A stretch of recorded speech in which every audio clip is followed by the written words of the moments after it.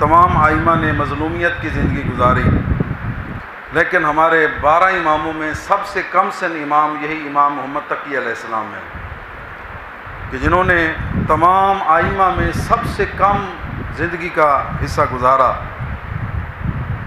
آپ کے سامنے تاریخ سے عرض کر دوں کہ 10 رجب 195 ہجری کو ہمارے امام اس دنیا میں تشریف لائے، اور 29 ذی-القعدہ 220 ہجری کو امام کی شہادت کا دن ہے۔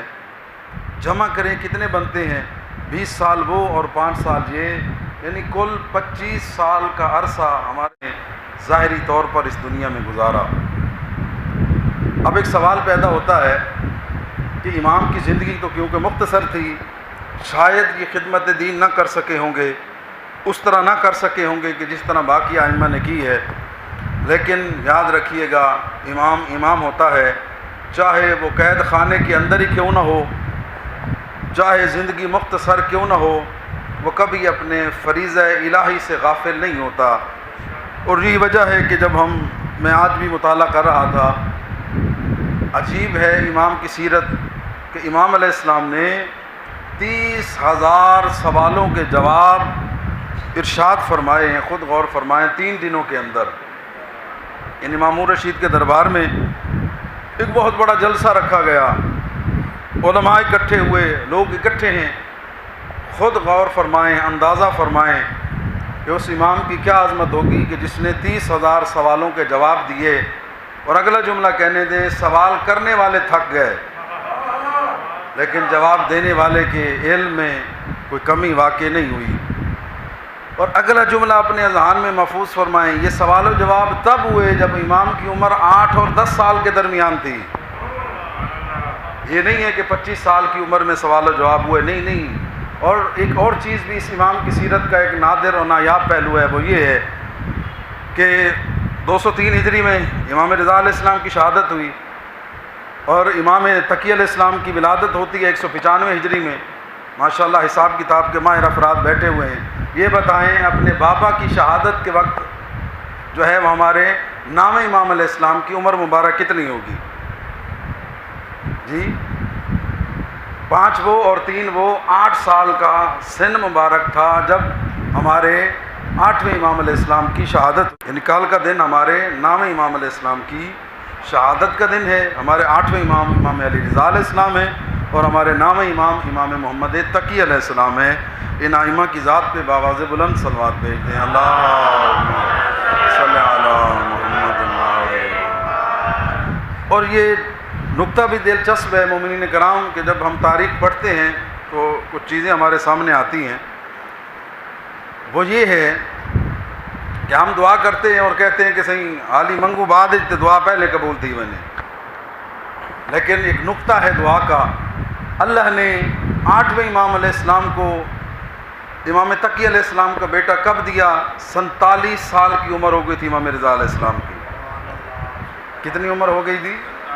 47 سال کی عمر تک 8ویں امام علیہ السلام کی اولاد نہیں ہوئی۔ خود غور فرمائیں، یعنی کیا خیال ہے امام دعا نہیں مانگتے ہوں گے؟ جی اور کیا یہ جو اگلا مہینہ ہے قربانی کا مہینہ، حضرت ابراہیم علیہ السلام یہ تقریباً 100 برس کے قریب جا کر اللہ نے حضرت ابراہیم علیہ السلام کو حضرت اسماعیل علیہ السلام جیسا بیٹا عطا کیا، یعنی کتنا عرصہ حضرت ابراہیم علیہ السلام کم و بیش 70-80 سال تک اولاد کی دعا کرتے رہے۔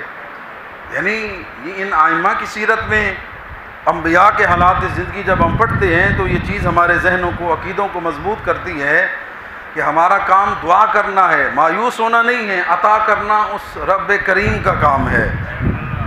اور یہی وجہ ہے کہ 47 سال کی عمر مبارک میں اللہ نے ہمارے 8ویں امام کو امام تقی علیہ السلام جیسا معصوم بیٹا عطا فرمایا، اور زیادہ عرصہ نہیں گزرا باپ بیٹے کا۔ خود غور فرمائیں کہ آل محمد کی مشکلات کیا تھیں، کن مصائب سے ہمارے ائمہ گزرے۔ اب 5 سال کا بیٹا ہے، امام کو جو ہے وہ ایران بلا لیا گیا، اور پھر امام آئے اور پھر زندگی بھر دوبارہ واپس نہیں جا سکے، یہیں شہادت ہو گئی۔ اب 7-8 سال کا سن مبارک ہے امام تقی علیہ السلام کا، اور امام نے خطبہ ارشاد فرمایا، مسجد نبوی کے اندر، ایھا الناس، میں محمد ہوں، میرے باپ کا نام علی ہے، اور میں انہی کمالات کا وارث ہوں کہ جو ہمارے آباء و اجداد کے پاس تھے۔ ایجنسیوں نے رپورٹ دی کہ جناب تو نے تو امام کو وہاں رکھا ہوا تھا، امام کا تو بیٹا ہے اور وہ امامت کا اعلان بھی کر رہا ہے۔ اب تاریخ یہ کہتی ہے کہ اس مامون نے ہمارے دو ائمہ کے ساتھ ظلم کیا ہے، اور یہ ظلم اپنا بنا کر اپنی صفوں میں شامل کر کے ظلم کرنے کی کوشش کی ہے۔ یعنی ہارون رشید نے 14 سال امام کو قید میں رکھا۔ یہ چیزیں اسی لیے عرض کرتا ہوں کہ مومن کو بابصیرت ہونا چاہیے، دشمن اور دوست کی پہچان کرنی چاہیے۔ کیا خیال ہے، یہ چیزیں جب انسان پڑھتا ہے تو حیران ہوتا ہے کہ اسی مامون نے 8ویں امام کو بھی بیٹی دی تھی، ولی عہد بنایا تھا۔ ولی عہد کا مطلب کہ میرے بعد یہی تمہارا بادشاہ ہوگا، لیکن زہر دلوا دیا۔ اب لوگوں میں پھر چیما گوئیاں شروع ہو گئیں کہ اس نے کیا ظلم کیا، اور امام نے باقاعدہ واضح کیا۔ آج اہل سنت کی کتابوں میں بھی لکھا ہوا ہے کہ امام رضا علیہ السلام کا قاتل مامون رشید ہے۔ یعنی ہمارے ائمہ نے یہ کام کیا کہ اپنے قاتلوں کو چھپنے نہیں دیا۔ تاریخ کے یا کسی حساب سے ان کو کوئی چھپا نہیں سکا، کوئی ان کا جو ہے وہ دفاع نہیں کر سکا۔ اب اس نے پھر ہمارے امام علیہ السلام کو مدینے سے بغداد بلایا۔ اب مومنین خود غور فرمائیں، کہاں 50 سال کی عمر میں 8ویں امام کا آنا، اور کہاں 8 سال کی عمر میں 9ویں امام کا جو ہے وہ دنیا کی سب سے بڑی حکومت کے دارالخلافہ میں آنا۔ اور یاد رکھیے گا، ہمارے ائمہ کے حالات پڑے انسان حیران ہو جاتا ہے۔ 8ویں امام علیہ السلام کو سرکاری پروٹوکول کے ساتھ لایا گیا، 9ویں امام کو معمولی طریقے سے لا کر بغداد میں چھوڑ دیا گیا۔ اور اس کی دلیل یہ واقعہ ہے کہ امام علیہ السلام کی جہاں رہائش تھی وہاں امام تشریف فرمائیں۔ جب دن طلوع ہوا، بچے کھیل رہے ہیں، امام بھی باہر نکل کر کھڑے ہو گئے، 7-8 سال کا سن مبارک ہے۔ اچانک اعلان ہوا، رستہ چھوڑو، سائڈوں پہ ہو جاؤ، بادشاہ کی سواری آ رہی ہے۔ اب سب بچے بڑے سائڈوں پہ ہو گئے، دوڑ کر چلے گئے۔ امام تقی علیہ السلام وہیں کھڑے رہے۔ اب مامون نے دیکھا کہ پورا روڈ خالی ہے، ایک بچہ ہے جو آرام کے ساتھ کھڑا ہوا ہے، یہ کیوں نہیں گیا؟ سواری روکی، اور قبلہ ذیشان جوادی صاحب کا جملہ ہے، وہ فرماتے ہیں کہ یہ بچہ کوئی عام بچہ نہیں ہے، یہ کیسے چلا جاتا؟ یہ حیدر کرار کا پوتا ہے۔ یہ کیوں فرار اختیار کرتا؟ یہ کیوں ڈرتا دنیا کے بادشاہوں سے جسے اللہ نے کائنات کا بادشاہ بنایا ہے؟ رک گیا مامون۔ آپ کیوں نہیں گئے؟ امام نے فرمایا 3 چیزیں سوچی، اسی وجہ سے میں مطمئن کھڑا ہوا ہوں۔ پہلی وجہ یہ ہے کہ میرے یہاں کھڑے ہونے سے تیرے گزرنے کا رستہ تنگ نہیں تھا۔ رستہ تنگ ہوتا تو میں سائڈ پر ہو جاتا، رستہ کھلا ہے، تیری سواری اور تیرا لشکر آرام سے گزر سکتا ہے۔ دوسری وجہ یہ ہے کہ میں کوئی مجرم نہیں جو تم سے ڈروں، اس وجہ سے میں آرام سے کھڑا ہوا ہوں کہ جو میں کیوں ڈروں، میں نے جرم تو کیا نہیں جو میں چھپ جاؤں۔ اگر بچے تیسری وجہ کیا؟ اس وقت ہمارے امام نے 7-8 سال کے سن میں فرمایا تیسری وجہ یہ ہے کہ میں گمان کرتا ہوں تو بلا وجہ کسی کو سزا نہیں دیتا۔ یہ 3 صورتیں ہیں جس کی وجہ سے میں یہاں کھڑا ہوں۔ سمجھ گیا کہ یہ عام بچے نہیں ہیں، کیونکہ اس نے بلوایا تھا امام کو، لیکن شکل سے ابھی تک پہچانتا نہیں تھا کہ یہی 8ویں امام کے فرزند ہیں۔ چلا گیا، شکار کا شوق تھا، باز کو اس نے چھوڑا، کافی دیر گزر گئی، فضا میں باز نہیں آیا، پریشان ہو گیا۔ تھوڑی دیر کے بعد جب اس کا باز آیا تو اس کے منہ میں ایک چھوٹی سی مچھلی تھی۔ اب یہ بڑا پریشان ہوا کہ میں نے باز کو بھیجا تھا شکار کے لیے کہ پرندہ شکار کر کر لائے، اور وہ پرندے کی بجائے بڑی دیر کے بعد آتا ہے اور منہ میں مچھلی لے کر آتا ہے۔ سپاہیوں سے مشورہ کیا، صاف ظاہر ہے بادشاہ کے ساتھ پورا سٹاف ہوتا ہے جس میں پڑھے لکھے لوگ بھی ہوتے ہیں، ان سے سوال کیا مجھے بتاؤ کہ یہ مچھلی کہاں سے لے کر آیا باز؟ جہاں ہم کھڑے ہوئے ہیں یہاں میلوں دور تک سمندر بھی نہیں ہے، اور پھر باز کا کام ہے فضا میں شکار کرنا، سمندر میں جا کر مچھلیاں ڈھونڈنا، یہ باز کا کام نہیں ہے۔ لیکن کوئی خاطر خواہ جواب نہ دے سکے۔ میں کہنا یہ چاہتا ہوں قدرت نے بتانا تھا کہ تو بے شک تعارف نہ کرا، ہم بتائیں گے کہ امام تقی کتنی عظمت کے مالک ہیں۔ قدرت کا نظام ہے کہ جب ان ہستیوں کو کوئی نظر انداز کرنے کی کوشش کرتا ہے تو خدا ان ہستیوں کا تعارف بڑی عظمت کے ساتھ کراتا ہے. کیوں؟ یہ خدا کے نمائندے ہیں، امام معصوم ہیں. مچھلی کو محفوظ کر لیا، اتفاقاً اسی رستے سے گزرا، اتفاقاً اسی طرح امام کھڑے رہے، پھر رک گیا. امام نے پھر وہی جواب ارشاد فرمایا، میرے رکنے سے رستہ تنگ نہیں تھا، میں نے جرم بھی نہیں کیا تھا، تو بلا وجہ کسی کو سزا بھی نہیں دیتا. کہا اچھا آپ اتنے ماشاءاللہ حاضر جواب ہیں، سمجھدار ہیں، مجھے یہ بتائیں کہ میری مٹھی میں کیا ہے. غور فرمائیے گا، نام امام کی عظمت کا جملہ سنیے. مامون رشید بادشاہ وقت، جو بہت بڑی اسلامی حکومت کا بادشاہ ہے، آپ تو جانتے ہیں، سن چکے ہیں کہ مچھلی اس کے ہاتھ میں. امام نے کیا خوبصورت جملہ ارشاد فرمایا. مولا فرماتے ہیں کہ اللہ نے کچھ لوگوں کو اقتدار دیا ہے، وہ اپنے منصب کو چھوڑ کر اپنی طبیعت کی خوشی کے لیے شکار کے لیے جاتے ہیں، اور وہاں اپنے بازوں کو چھوڑتے ہیں شکار کے لیے. ان کا باز پرندوں کی بجائے اللہ نے جس طرح زمین پر دریا بنائے ہیں، اسی طرح اپنی قدرت سے آسمانوں کے درمیان بھی دریا بنائے ہیں. ان کا باز جب جاتا ہے تو وہ اپنے منہ میں مچھلی لے کر آتا ہے، بادشاہ مٹھی میں دبا کر ہم آل محمد کے علم کا امتحان لیتے ہیں.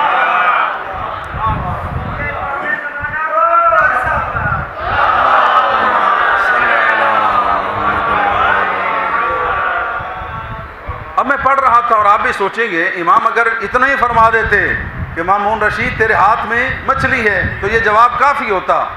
لیکن کیا کہنے ہمارے علماء کی محنتیں. قبلہ جوادی صاحب نے یہ جملہ لکھا اپنی سیرت آئمہ میں، آج بھی پڑھ رہا تھا، اس میں انہوں نے فرمایا اگر امام اتنا فرما دیتے کہ تیرے ہاتھ میں مچھلی ہے تو یہ مولا کے علم کا اظہار ہوتا. لیکن امام نے تفصیل سے جواب دے کر بتا دیا، گویا میں اللہ کے علم سے جانتا ہوں تو گیا کب تھا، تو نے باز کب چھوڑا، باز نے مچھلی کیسے شکار کی، یہ تفصیل بتا کر دنیا کو بتایا. ہم خالی علم نہیں رکھتے بلکہ ذرے ذرے کا علم رکھتے ہیں. اب پوچھا آپ کون ہیں؟ کہا میں محمد ابن علی ہوں. اچھا آپ ہیں، میں نے بھیجا تھا لینے کے لیے لوگوں کو تو مجھے بتایا نہیں انہوں نے، بسم اللہ میرے ساتھ چلیں. امام کو لیا، دربار میں آ گیا اور اس واقعے نے اسے ہلا کر رکھ دیا. یہ امام کا یہ بہت بڑا معجزہ ہے جو امام نے بیان فرمایا. اب اس نے اعلان کیا کہ میں اپنی دوسری بیٹی کا جو شادی ہے وہ امام تقی علیہ السلام سے کرتا ہوں. اب آپ خود غور فرمائیں مومنین کرام، آج کے تقریباً 50 کے قریب ممالک بنتے ہیں جہاں مکمل حکومت تھی بنو عباس کی. اتنی بڑی امپائر کا بادشاہ وہ اعلان کرے کہ میں اپنی بیٹی کا عقد خلاف ہو گئے کہ تو نے امام رضا سے. اور یاد رکھیے امام رضا اور امام تقی علیہ السلام ہم زلف بھی ہیں، یعنی مامون کی دو بیٹیاں، ایک کی شادی امام رضا علیہ السلام کے ساتھ اور دوسری کی شادی امام تقی علیہ السلام کے ساتھ اس نے کی ہے. اس نے کہا یہ بچہ نہیں ہے، یہ اسی طرح علم کا مالک ہے جس طرح اس کا بابا امام علی رضا تھے. نہیں ہم تو دیکھ کر مانیں گے. کوئی مسئلہ نہیں، آپ اپنے بڑے علماء کو اکٹھا کریں، آ کر امام تقی علیہ السلام سے مناظرہ کر لیں. اس وقت کا سب سے بڑا عالم جو تھا یحییٰ ابن اقسم تھا، یعنی یہ پورے عالم اسلام کا سب سے بڑا عالم شمار ہوتا تھا اہل سنت کے نزدیک. اور یہ چیف جسٹس بھی تھا. اس وقت چیف جسٹس وہی ہوتا تھا جو علم میں سب سے بڑا ہوتا تھا. بلایا گیا، وہ جب آیا اس نے دیکھا کہ میرا مناظرہ کسی بڑی شخصیت کے ساتھ نہیں بلکہ ایک بچے کے ساتھ ہے. اب صاف ظاہر ہے کہ اس کا وہ طبیعت میں جسے کہتے ہیں تھوڑی سی وہ پیدا ہو گئی، میں بچے سے مناظرے کروں گا. بائے رفتن نہ جائے رفتن، مجبوری کی حالت تھی کہ بادشاہ کا کہنا تھا بے دلی سے تو سا سوال کرے سو یا میں کراں.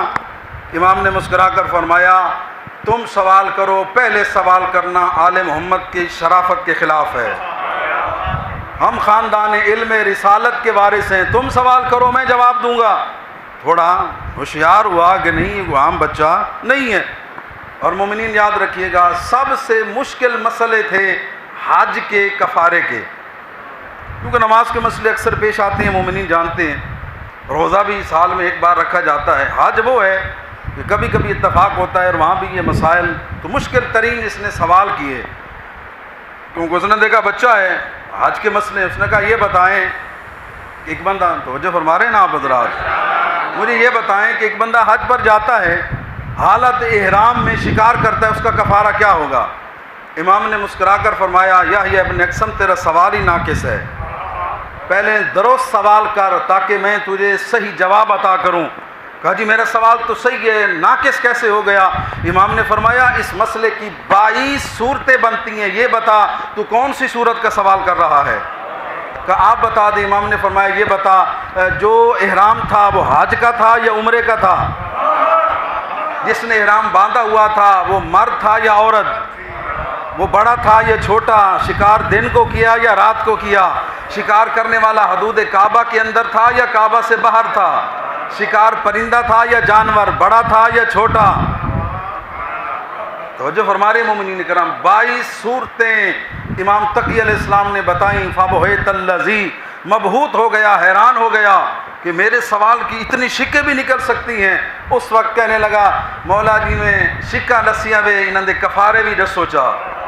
اور یہ میں پڑھ رہا تھا, امام تقی علیہ السلام کی کرم نوازی ہے, علمی خدمت ہے کہ اس سے پہلے تفصیل کے ساتھ احرام کی حالت میں شکار کے کفارے کا ذکر کسی ہستی سے نہ پوچھا گیا, نہ اس طرح انہوں نے جواب دیا جس طرح مولا تقی علیہ السلام نے بتایا. آج بھی انہی چیزوں پر عمل کیا جاتا ہے ہر فقہ کے اندر. یہ ہمارے اماموں کی علمی خدمات ہیں. اچھا اب مولا نے سوال کیا, وقت بڑی تیزی سے گزر گیا, ایک جملہ کرنا چاہتا ہوں. مولا فرماتے ہیں میں ان کو سوال کراں؟ مولا کریں, آتا ہوگا تو بتاؤں گا, نہیں آتا ہوگا تو آپ اسی کی وضاحت فرما دیجیے گا. مولا فرمایا یہ بتا, ایک عورت ایک بندے پر حرام تھی, صبح ہوئی حلال ہو گئی, دوپہر کو پھر حرام ہو گئی, عصر کے وقت پھر حلال ہو گئی, رات کو پھر حرام ہو گئی, عشاء کے وقت پھر حلال ہو گئی. ایک ہی عورت ایک دن میں 4 مرتبہ حلال کیسے ہوئی, حرام کیسے ہوئی؟ نہیں میں تسا چپ کر گئے بھائی, میں وہ بھی چپ کر گیا. تو جواب مولا نے دیتا ہے, میں مولا کا جواب آپ تک پہنچاؤں گا. توجہ ہے نا صاحبان محترم, ہے آپ کا پروگرام جو مولا نے جواب دیا بتا دوں آپ کے سامنے. مولا نے فرمایا ہاں اس کی صورت یہ ہے کہ ایک بندے نے کسی کی کنیز کو دیکھا, وہ اس کے لیے نامحرم تھی, حرام تھی, اس نے پیسے دے کر اس عورت کو خرید لیا, اس کے لیے حلال ہو گئی.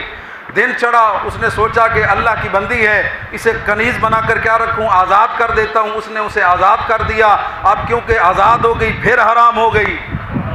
اب اس نے سوچا ہے تو آزاد خاتون, اسے نکاح کر لیتا ہوں, حرام تھی, نکاح کر لیا, حلال ہو گئی. عصر کے وقت لڑائی ہو گئی, غصہ آیا تو کو کوسی تو میری ماں ہے, سیغے اظہار کہہ دیا. غور فرمائیں, جو لوگ غصے میں کہہ دیتے ہیں, محرم رشتوں کے ساتھ تشبیہ دے دیتے ہیں, پھر اس کا کفارہ بھی دینا پڑتا ہے, خالی یہ لفظ نہیں ہوتا, اس کی تفصیل ہے. لہٰذا مومنین کرام جمعہ میں آئے ہیں, خیال کریں, اپنی زبان کی حفاظت کریں. یہی زبان آپ کو خدا آل محمد کے قریب بھی کر سکتی ہے, ان ہستیوں سے دور بھی کر سکتی ہے. اچھا مولا پھر کیا ہوا؟ مولا فرماتے ہیں کفارہ دے دیا, حلال ہو گئی. رات کو طلاق دے دی, حرام ہو گئی, پھر رجوع کر لیا, پھر حلال ہو گئی. یہ امام نے بتا دیا وسعت علمی آل محمد کے علم کی میراث اور عظمت کیا ہے. بس مومنین کرام, امام کا ایک فرمان اور آپ کی ذہنتوں کو تمام کروں. نماز کا وقت ہوا, ایک شخص نے دیکھا کہ امام کا جسم ہے لرزہ طاری ہے. اس نے کہا مولا آپ کیوں روتے ہیں, آپ تو معصوم ہیں. مولا فرماتے ہیں کہ میں نے دیکھا میری ماں جب لکڑیوں کے ساتھ آگ جلاتی ہیں تو وہ پہلے چھوٹی لکڑیوں کو آگ لگاتی ہیں, ان کو جب آگ لگ جاتی ہے تو بڑی لکڑیوں کو آگ آسانی کے ساتھ لگ جاتی ہے. مولا فرماتے ہیں کہ میں اسی لیے ڈر رہا ہوں کہیں خدا نہ خواستہ ہم چھوٹے لوگ, یہ مولا اپنے نہیں ہمارے لیے درس ارشاد فرمایا.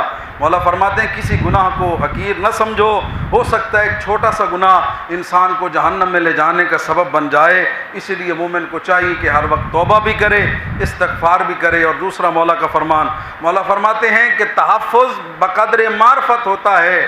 اب آپ یہی بچے کو دیکھ لیں, 1.5 سال کا بچہ, اس کے سامنے سے بچھو گزرے یا اور کوئی موذی جانور گزرے, وہ اس کو کھلونا سمجھ کر اس کی طرف دوڑے گا, لیکن بڑا بندہ اس کو روکے گا, اس کو مارنے کی کوشش کرے گا. کیوں؟ جتنا معرفت ہوتی ہے انسان اسی چیز سے اتنا بچتا ہے. مولا یہ فرمانا چاہتے ہیں امام تقی علیہ السلام کی ذکر میں آنے والوں, یاد رکھنا اگر اللہ کے گناہوں سے ڈرتے ہو, معصیت سے ڈرتے ہو, تمہارا ڈرنا جتنی تمہاری معرفت ہوگی اتنا ہی تم گناہوں سے زیادہ بچو گے. اگر کسی کو یقین ہو نا، میرے اوپر ایک کیمرہ لگا ہوا ہے، جب تک کیمرے کے سامنے ہوگا بڑا مہذب اور ترتیب سے بیٹھے گا. یہ دیکھیں کیمرے کی آنکھ زیادہ افضل ہے یا خالق کائنات ہے جو ہر وقت انسان کے اعمال کو دیکھتا ہے. انسان کے کندھوں پر 2 فرشتے بھی اللہ نے معین کیے ہوئے ہیں. بس مومنین وقت تیزی سے گزر گیا. ایک جملہ، کل 29 ذیقعت کا دن ہمارے نام امام کی شہادت کا دن ہے. ایک مصائب کا جملہ عرض کرتا ہوں. ہمارے 2 امام مظلوم ہیں جنہیں ان کی بیویوں نے زہر دیا. ایک امام حسن مجتبی علیہ السلام اور دوسرے امام تقی علیہ السلام. کیونکہ ان کی زوجہ ایک بادشاہ زادی تھی، جس طرح کا یہ ماحول چاہتی تھی، امام کے گھر میں وہ ماحول نہیں تھا. امام سادگی کے ساتھ، عبادت کے ساتھ زندگی گزارنے والے، وہ شاہانہ پروٹوکول میں زندگی گزارنے والی، باپ کو شکایتیں کرتی رہی، لیکن مامون رشید نے کبھی کان نہ دھرے. جب اس کے باپ کا انتقال ہوا، اپنے چچا کو خط لکھا. چچا انتظار میں تھا. امام کو بلایا گیا بغداد. 1 سال تک قید رکھا. قید رکھنے کے بعد اسی ملونہ کے ذریعے یا اپنے غلام کے ذریعے امام کو زہر دلوایا. عزادارو تصور کرنا امام کی غربت کیا ہے. اپنی بیوی زہر دے رہی ہے انگوروں میں، 2 دانے تناول فرمائے. اور دانے کب تناول فرمائے؟ سارے دن کا روزہ تھا امام تقی علیہ السلام کو. اور خود غور کرنا، وقت افطار کوئی سخت چیز کھا لینا، ساری رات انسان کے معدے میں جلن رہتی ہے. یہ کوئی سخت چیز نہیں ہے، یہ زہر ہے جس نے جا کر امام تقی علیہ السلام کے جگر کے ٹکڑے ٹکڑے کر دیے. جب اس نے اصرار کیا نا کہ کچھ دانے اور تناول فرمائیں، بڑے اعلیٰ قسم کے انگور ہیں، امام نے رو کر فرمایا جب تیرا کام انہی 2 دانوں کے ساتھ ہو جائے گا، کیوں میرے جگر کو اذیت دیتی ہو، کیوں میرے جگر کو تڑپانا چاہتی ہو. اجرکم علی اللہ. تصور کرے نا زادارو، دیار غیر کے اندر، تنہائی کے اندر، مصیبت کے اندر امام تقی علیہ السلام کو زہر دیا گیا. لیکن مقدر تھا امام تقی علیہ السلام کا. امام علی نقی علیہ السلام نے اجازت امامت سے آ کر غسل بھی دیا، کفن بھی دیا. کیونکہ بہت بڑے خاندان میں شادی تھی، بڑی عزت کے ساتھ امام تقی علیہ السلام کا جنازہ اٹھایا گیا. اللہ ہم سب کو کاظمین لے جائے. امام موسیٰ کاظم علیہ السلام کے پہلو میں یہ دادا بوتا کی قبر قرار پائی. مومنین، ہمارے سارے مصائب کی ابتدا بھی کربلا میں ہوتی ہے، انتہا بھی کربلا میں ہوتی ہے. میں کہوں گا میرے مولا تقی علیہ السلام، آپ کو عالم غربت میں زہر دیا گیا، لیکن مولا خوش نصیب تھے. جب آپ کو زہر دیا گیا، آپ کے سامنے کسی نے آپ کی بیٹی کو تماچا نہیں مارا، کسی نے آپ کے مقتورات کے خیموں کو نہیں لوٹا. کربلا کا وہ منظر ہے جہاں ظلموں کی انتہا ہو جاتی ہے. اللہ آپ کی عبادتوں کو قبول فرمائے. کربلا ایسی جگہ ہے، اور اسی لیے ہر امام نے یہی فرمایا کہ کربلا والے مصائب کسی کو نہیں ملے.